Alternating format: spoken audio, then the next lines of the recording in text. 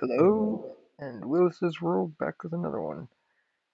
So, surprise twab here, and they were going over Season of the Deep and a little teaser for it, but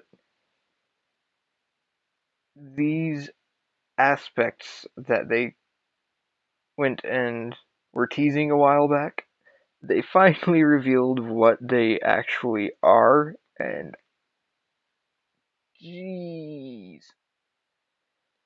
I don't think there is any other subclass that compares to the power that these things may bring.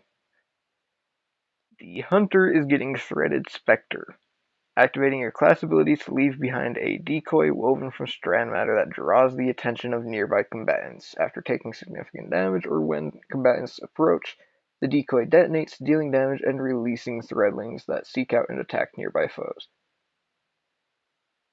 I'm not gonna lie, I kinda shrugged it off at first, but the more I think about it, the more these things are freaking nutty.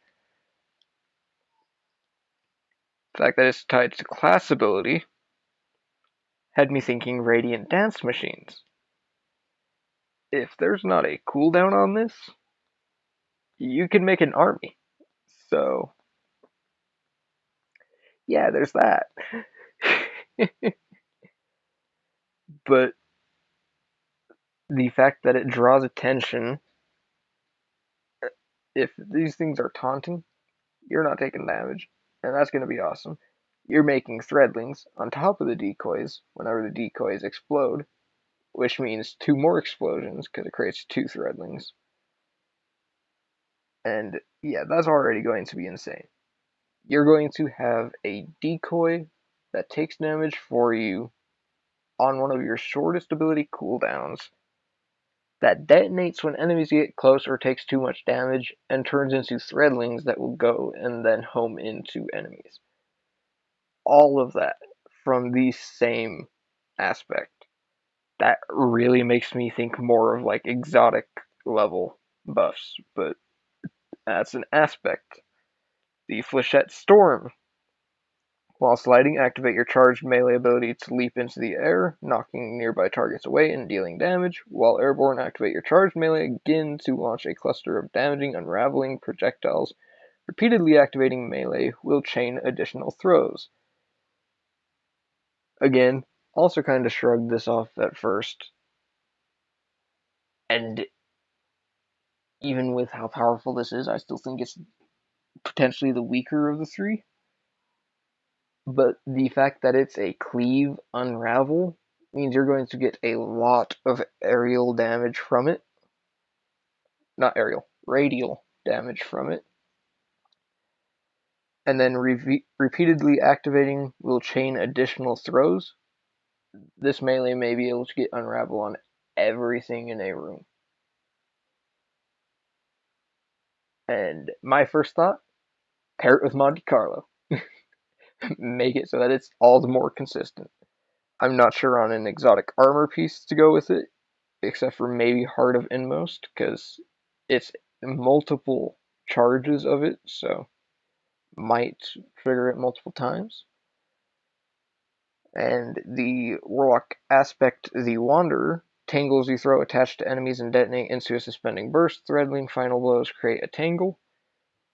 So, at first I just shrugged this off thinking it was going to be like a fusion grenade. You throw it, it attaches, and done deal. But no, reading further into it, this will be acting more like the Child of Old Gods from the Void subclass, where it will home in on them and go around corners to get to them. And then when they detonate, it will go and create a suspending burst. But Threadling final blows create a tangle.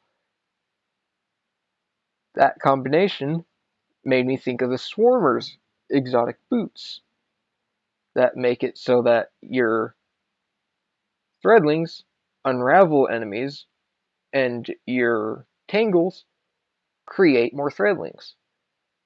This aspect and those exotics are going to be crazy. especially if that homing in suspension creates two thread links that damage. That's going to be a nightmare to deal with in PvP, and is going to be doing so much in PvE. And I can't wait to use it. But yeah, then it's going into a recap of what they already did,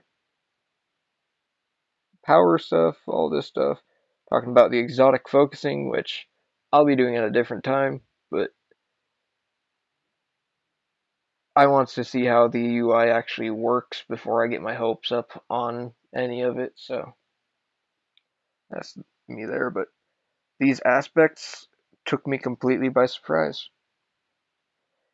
If these aspects took you by surprise, or you have builds that you want to see with them, because once I get my computer, which still haven't gotten, irritatingly, I have a lot I want to do.